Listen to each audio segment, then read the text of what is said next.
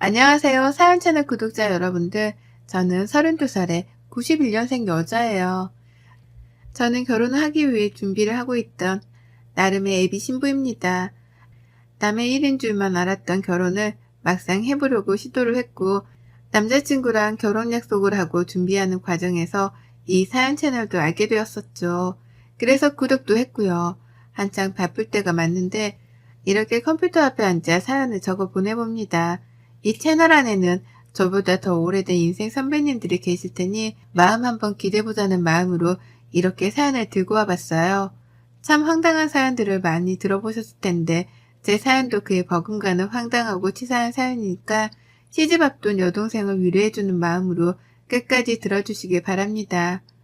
얼마 전까지만 해도 저는 혼자 사는 인생이 평생 갈 거라고 자부를 하며 살았어요. 시국도 어려운데 집값은 도무지 따라잡을 수가 없고 그렇다고 내 부모님께 손을 벌리기도 죄송스러우니 차라리 혼자서 지금 살고 있는 전세에 만족을 하며 재산을 잃지만 말자는 주의였던 것 같습니다. 한마디로 비혼을 추구하는 입장이었죠. 반면 4년 전부터 교제를 해왔던 남친은 저와 조금은 다른 입장이었습니다. 처음 사귀던 2년 동안에는 결혼이라는 단어에 대해서 단 한 번도 언급을 하지 않던 사람이었거든요. 물론 제가 비혼을 추구한다는 말을 간혹 꺼냈어서 제 눈치를 보느라 그랬을 수도 있고요. 하지만 2년 전부터는 가끔씩 아니 이 집만 하면 결혼을 하고 싶다는 뉘앙스의 말을 꺼내더라고요. 지나가다 아이들만 봐도 예뻐 죽겠다며 눈을 못 떼고 집에다 바래다 주는데도 헤어지는 게 싫다면서 저한테서 눈을 못 떼는 겁니다. 차라리 결혼을 하면 예쁘라 하는 아이들도 매일 볼 수 있고 저랑 헤어지지 않아도 되지 않냐고 하면서요. 어찌나 낯뜨겁고 간질간질 거리던지요. 이런 게 연애를 하는 기분인가 싶고 이 남자가 날 많이 좋아라 하는 것보다 싶으면서도 한편으로는 부담스럽고 오만 생각이 들며 혼자 복잡했었습니다. 그런데도 정신을 차려보니 제가 결혼 준비를 하게 되더라고요. 나 좋다고 하는 남자라면 결혼해서라도 그 마음의 변화는 없겠거니 했거든요. 프로포즈를 간소히 받았고 그때부터 본격적으로 저와 남친의 결혼 준비가 시작되었습니다. 각자 직장을 다니고 각자 일이 충분히 바쁜 걸 잘 아니까 서로 평일을 터치하진 않았어요. 다만 시간적인 여유를 가지고 주말이 되면 불이 났게라도 결혼 준비를 하려 했죠. 같이 카페에 가서 인터넷도 검색해보고 샵도 하나씩 다녀보기 시작하면서 말이에요. 이왕 결혼이 이르지 못한 김에 서두를 건 없다 싶었답니다. 그렇게 두 사람의 뜻에 맞게 준비를 잘 하고 있었는데 참나 참 별거로도 트집을 잡고 싸움을 일으키는 게 시댁이더라고요. 저에게만큼은 쓰일 일이 없을 줄 알았던 그 시무라는 존재가 결혼을 코앞에 두면서는 점점 더 크게 다가오기 시작했답니다. 왜냐면 애비 시어머니가 며느리 군기를 잡겠다고 결혼 전부터 나대기 시작하셨거든요. 그것도 치사하게 먹는 거 가지고서 말이에요. 애비 시부모님은 한 달 전쯤에 처음 뵙게 되었답니다. 그 전에 더 일찍 만날 수도 있었는데 남친이 자꾸만 만남을 피하려고 하더라고요. 그런 느낌을 계속해서 받았어요. 결혼을 하게 되었으니 적어도 인사는 먼저 드리고 최소한 허락이라도 받아야 하는 게 아니냐고 물어보면 남친은 늘 상관없다고 말을 했죠. 부모님은 자신의 의사를 100% 존중을 해주시는 분들이고 이미 제 사진도 몇 번 보여줘서 제 얼굴도 알고 있다고 말이에요. 그래서 부모님을 만나는 건 충분히 나중에 해도 되는 일이라고 말입니다. 처음엔 그냥 그런 거보다 했어요. 내 얼굴도 알고 있다고 하고 남친의 의사를 존중해주는 분들이라고 하니 적어도 젊은 자식의 앞길에 죄를 뿌리지는 않는 신세대스러운 분들이겠지 싶었답니다. 저희 부모님이 약간 그런 쪽이었거든요. 저 하는 일을 말리지 않고 무조건 존중해주고 응원해주는 분들 맞이죠. 서로의 부모님이 비슷한 면이 많구나 싶어서 저로서는 오히려 더욱 호감이 갔었답니다. 그래서 남친이 하는 말대로 서두르지 않았어요. 나를 보고 싶어 한다면 예비 시부모님이 먼저 연락을 취해주시거나 필요할 때 남친이 약속을 잡아주겠거니 하면서 기다렸어요. 그러는 사이에 실제로 제가 회사 일이 바빠서 정신없이 일에만 몰두를 해야 했던 시기도 분명 있었고 그와 동시에 결혼 준비를 주말마다 해내보려고 하니 시간 자체가 너무 빠듯해서 예비 시부모님에 대한 생각은 까마득히 잊고 있었답니다. 그러는 중 남친이 한 달 전에야 예비 시부모님을 뵙자 말을 꺼내더라고요. 부모님이 저를 보고 싶어 하신다는 말이에요. 올 것이 왔다 싶었습니다. 그리고 한편으로는 너무 감사했어요. 나에게 관심이 없어서 보잔말을 안 하시는 건가 싶었는데 이제라도 보고 싶다 말씀을 해주셨다고 생각을 하니 긴장도 되었지만 설렘도 컸던 거죠. 열심히 잘 보일 준비를 했고 남친의 말에 따라 시어머니가 좋아하신다는 예쁜 꽃도 사갔고 시아버지랑 함께 나눠 드시라고 건강 홍삼 세트도 하나 사갔습니다.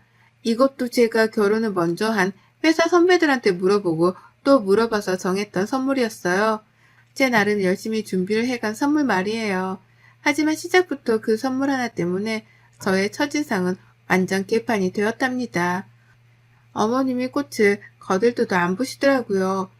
꽃을 들고 가는 그 순간부터 꽃에 한 5초 정도 진심을 다해 시선을 고정시키더니 제 손에 든 홍삼부터 집어서는 곧장 부엌으로 들어가시는 겁니다. 뒤따라 꽃을 들고 쫓아가면서 어디다가 놔둬야 하는 건지 슬쩍 물었는데 어머님은 에휴 쓸모있는 것도 많은데 왜 하필 꽃을 라고 대답을 하셨답니다. 정확히 이렇게요. 그 바람에 저는 눈치를 챘죠. 어머님이 꽃 말고 좀 더 돈이 되거나 먹을 수 있는 그런 것들을 바라시는 거구나 라고요. 하지만 어쩌겠어요. 이미 사온 꽃인걸요. 처음 보는 애비 며느리한테 그런 식으로밖에 말을 못하는 어머님이 살짝 밉기도 했지만 봐줬습니다. 처음이니까요. 둘 다 시어머니 대 며느리로 만나는 만남 자체가 처음이라 긴장을 했을 테니 그런 걸 대다 믿었습니다. 그리고는 꿋꿋이 버텼죠.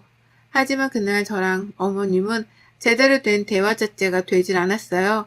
이미 어머님은 제가 마음에 안 드신다는 듯 눈도 잘 마주치지 않으셨고 급기야 제가 시아버님 도움으로 꽃병에 꽃을 꽂았는데 옆에서 절 잠깐 세워놓고 말씀하시더라고요.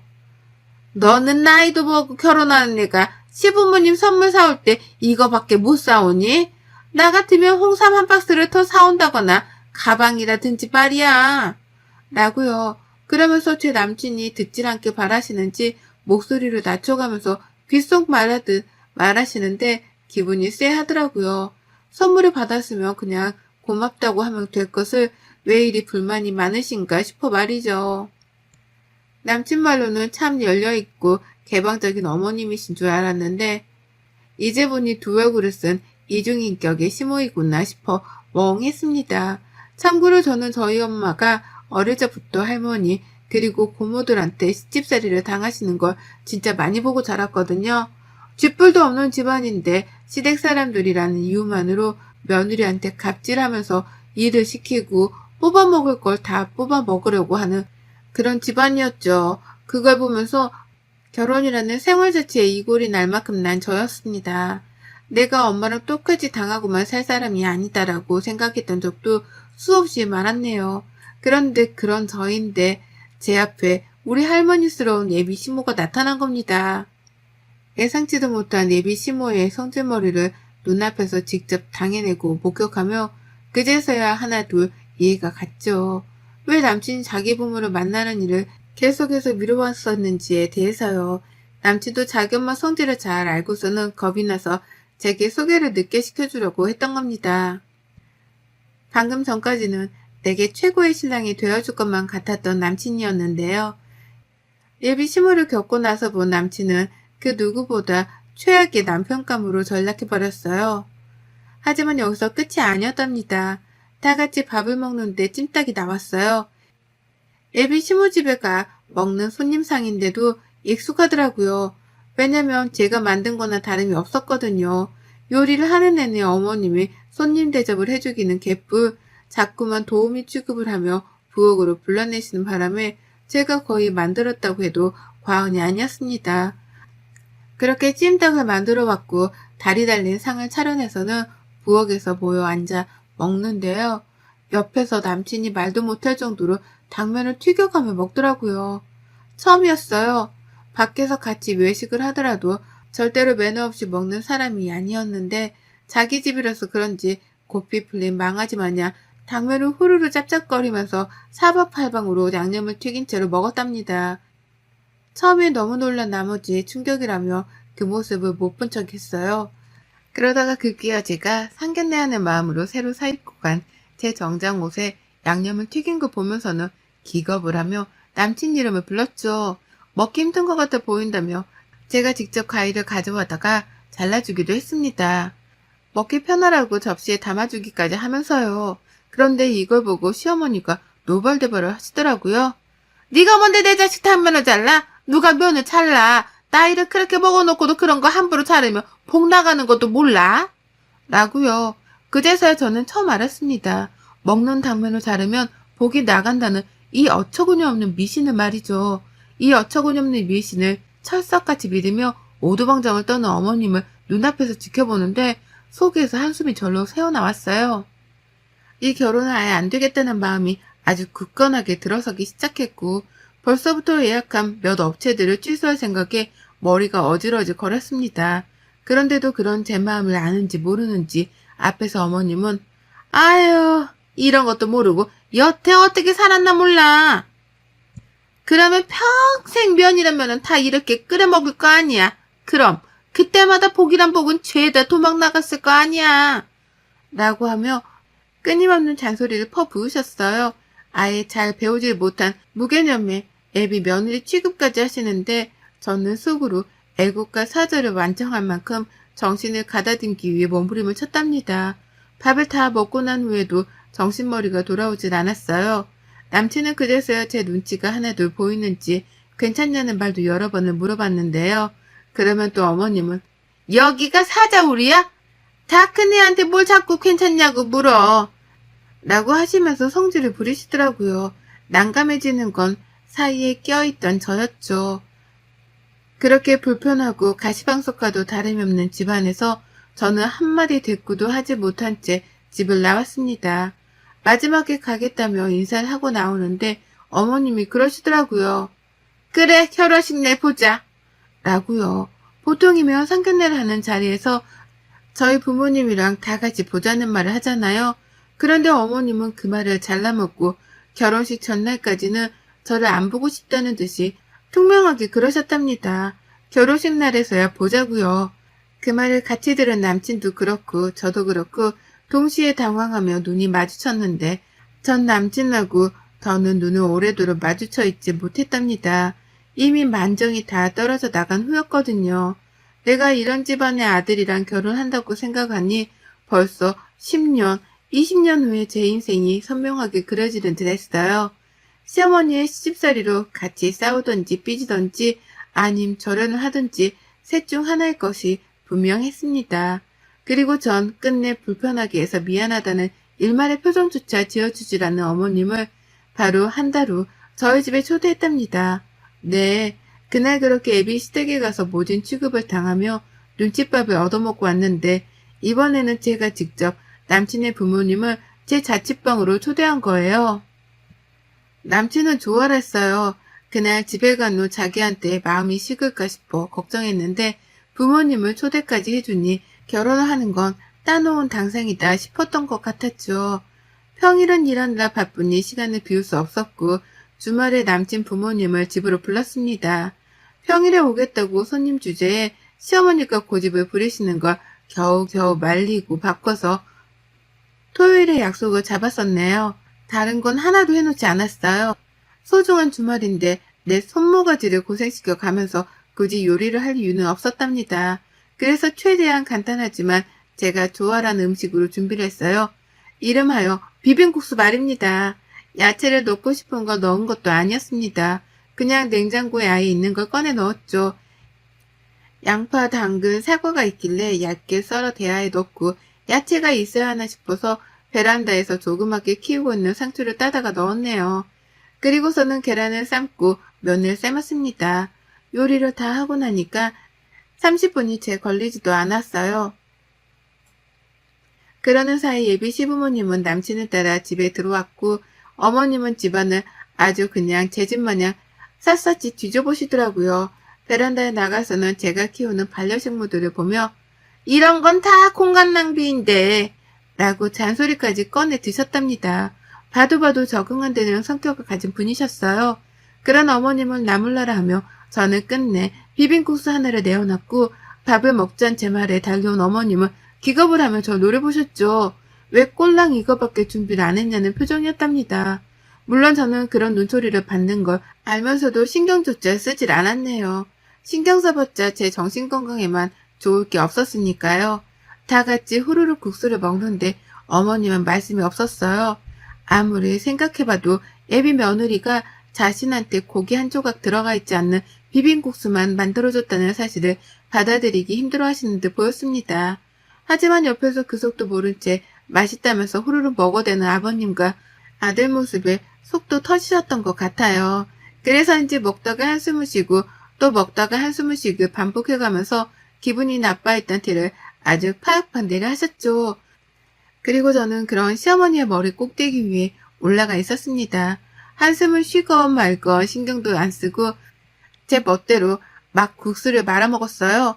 남친이랑은 평소처럼 대화도 나누려 했고요. 그러자 어머님은 그제서야 말씀을 꺼내셨는데요. 제 집에 대해서 물으시더라고요. 기분 나쁘려고 던지는 말인 것 마냥 말에는 가시가 박혀 있었고요.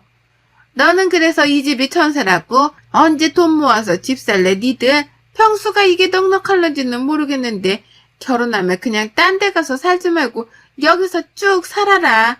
네가 살림은 다 가지고 있으니까 우리 아들은 몸만 들어와도 되겠네. 결혼이 뭐 대단한 것도 아닌데 여기서 조용히 시작해. 라고 말씀을 하며 이미 저랑 남친이 결혼을 하는 걸로 결론을 내리셨습니다. 나는 내 집에 남친을 들여서 살 생각이 하나도 없는데 어머님은 전셋집 하나 있는 며느리 덕분에 돈이 굳었다고 생각을 하신 건지 무조건적으로 이 집에서 신혼집을 차리게 할 작정이신 듯 했습니다. 당신 아들은 아무것도 들고 오지 않아도 되겠다는 말을 참 당연하다는 듯 뱉어내시더라고요.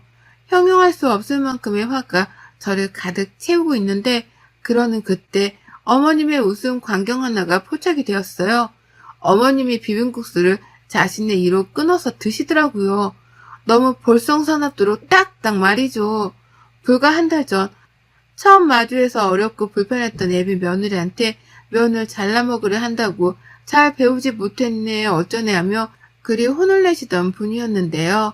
정작 자신도 먹기 불편하다는 이유로 그 면을 직접 잘라서는 먹는 겁니다. 복랑하게 말이죠. 그러니 제가 그 찰나의 순간을 놓치지 않으려 했죠. 이건 신이 주신 기회다 싶었으니까요. 그 꼴을 보자마자 뒤도 안 돌아보고 부엌으로 냅다 들어가 버렸습니다. 그리고는 한켠에 놓여져 있는 생면을 제 주먹 안에 양껏 쥐고서 나왔어요. 어머님은 국수를 먹다 말고 쟤가 왜 저래? 라는 말까지 하시면서 저를 뒤돌아 쫓아보셨고 그 주변을 따라 남친이랑 아버님까지도 저를 쳐다보시더라고요. 저는 그 모든 사람들의 시선을 한몸에 받으면서 주먹에 쥔 생면을 시어머니 국수 그릇에다가 집어넣었습니다. 어머님은 어쩔 줄 몰라 하며 당황해했죠. 나 더는 안 먹을 거야. 이걸 왜 나한테 줘? 라고 하면서 비빔양면이 하나도 비벼지지 않는 흰 생면을 보며 맛대가리 없는 음식이라도 마주한 것 마냥 표정을 일그러뜨리셨어요. 그런 어머니께 저는 바로 잔소리를 퍼부어댔죠. 아니 복 나가는 일이라고 사람을 그렇게 망신을 줘가면서 혼을 낼 때가 엊그제인데 어머님 지금 뭐 하시는 거예요? 왜 그 면을 잘라 먹어요? 복 나가는 거 몰라요? 복 나가게 누가 면을 잘라 먹으래요? 왜 잘라 먹냐고요? 나보고는 잘라 먹지 말라면서요. 라고 말이에요. 이런 제 말에 어머님은 그제서야 제가 한 행동을 이해라도 하신 건지 입을 쫙 벌린 채로 천장을 올려다봤습니다. 옆에서 남친은 그러네 잘라 먹었네 라면서 누구부터 말려야 하나 쌍방을 바라보며 두리번거렸고 저는 시어머니와의 눈싸움에서 지지 않으려고 일부러 더 씩씩대가며 화를 표현했어요. 어머님은 여전히 충격을 받으셨는지 전만큼이나 잔소리를 퍼붓지 못하셨습니다. 흰 생면을 보고 밥맛이라도 떨어지신 건지 젓가락까지 내려놓고서는 아유 나 안 먹어 라고 하며 새초롬하게 자리에서 일어섰는데요. 그런 어머님께 저는 2번 생각하지도 않고 말씀드렸어요. 안 드실 거면 이제 집이나 가세요.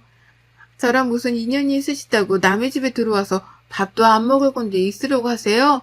라고요. 그 말에 이번에 남친까지 나서서 제가 너무하다며 절 말리를 하더라고요. 어머님도 시어머니 될 사람한테 말을 그따위로 하려 한다며 화를 내기 시작하셨고요. 하지만 이내 제가 뱉어낸 말에 모든 남친의 식구들은 입을 다물어 버렸답니다. 왜냐고요? 제가 그랬거든요.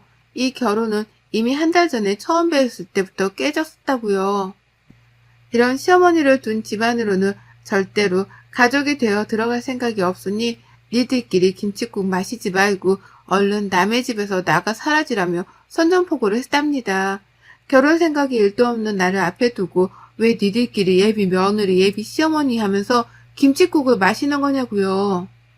이 집이 전세인 것도 맞고 집이 좀 좁은 것도 맞지만 그래서 나 혼자 평생 살 거고 나 말고 다른 놈은 공짜로 집안에 들일 생각이 없으니 전세라도 가지고 있는 며느리는 딴 데서 찾아보라며 시어머니께는 재차 경고의 쐐기를 날렸답니다. 나한테 빌부터 아들놈을 결혼시킬 생각은 꿈에도 꾸지 말라는 뜻에서요. 그러니 어쩌나요? 어머님은 그 상황 자체가 너무 민망스럽고 자존심도 상하신 듯 보였어요. 혼자 막 알 수 없는 방언을 날리면서 아버님께 빨리 나가자고 호들갑을 떠시더니만 핸드백까지 놓고서는 바로 집을 나가버리셨답니다. 제 앞에서 망신당한 게 쪽팔려 정신없이 도망을 치셨던 거죠. 가장 뒤늦게까지 제 집에 남아있던 남친은 저한테까지 재차 묻더라고요. 정말 결혼을 안 하려고 하는 거냐고, 정말 이게 진심이냐고 말이죠. 왜 갑자기 밥을 먹다 이렇게 싸움이 커진 거냐고, 저번에 집에서 엄마한테 혼이 나서 그런 거냐고 말이에요. 이 일을 가지고서 남친은 겨우 예비 시어머니한테 혼이 나서 버린 저의 복수 같은 걸로만 취급을 하려 하더라고요. 심각성을 잘 알지 못하는 듯 보였답니다. 그래서 저는 재차 확답을 해줬어요. 너랑 결혼 안 해. 안 해! 라고 말이에요. 그 말에 남친은 어머님을 대신해서 사과를 하다가 결국 지도 자존심이 상했던지 자기 엄마 핸드백을 챙기고 집을 나가버렸답니다. 죄인처럼 어깨도 못 펴고 나가는 게 안쓰러워 보이긴 했지만 그로써 저는 마침내 해방감을 느꼈답니다. 잠깐 동안 결혼하겠다고 설레발을 치고 다녔던 것이 조금은 부끄러울 만큼 지금의 저는 다시금 혼자의 자유를 되찾고 지긋지긋했던 이 예비 시댁하고 손절을 쳤어요. 결혼을 했으면 평생 발목이 붙잡혀 살았을 텐데 손절을 치고 남남이 되니 이렇게나 행복할 수가 없습니다. 다시 행복을 찾게 해준 비혼 생활이니 더 좋은 집안과 사람을 만나기 전까지는 이 비혼 생활을 잊지 않고 이어나갈래요. 여러분의 생각은 댓글로 남겨주세요. 오늘도 시청해 주셔서 정말 감사합니다.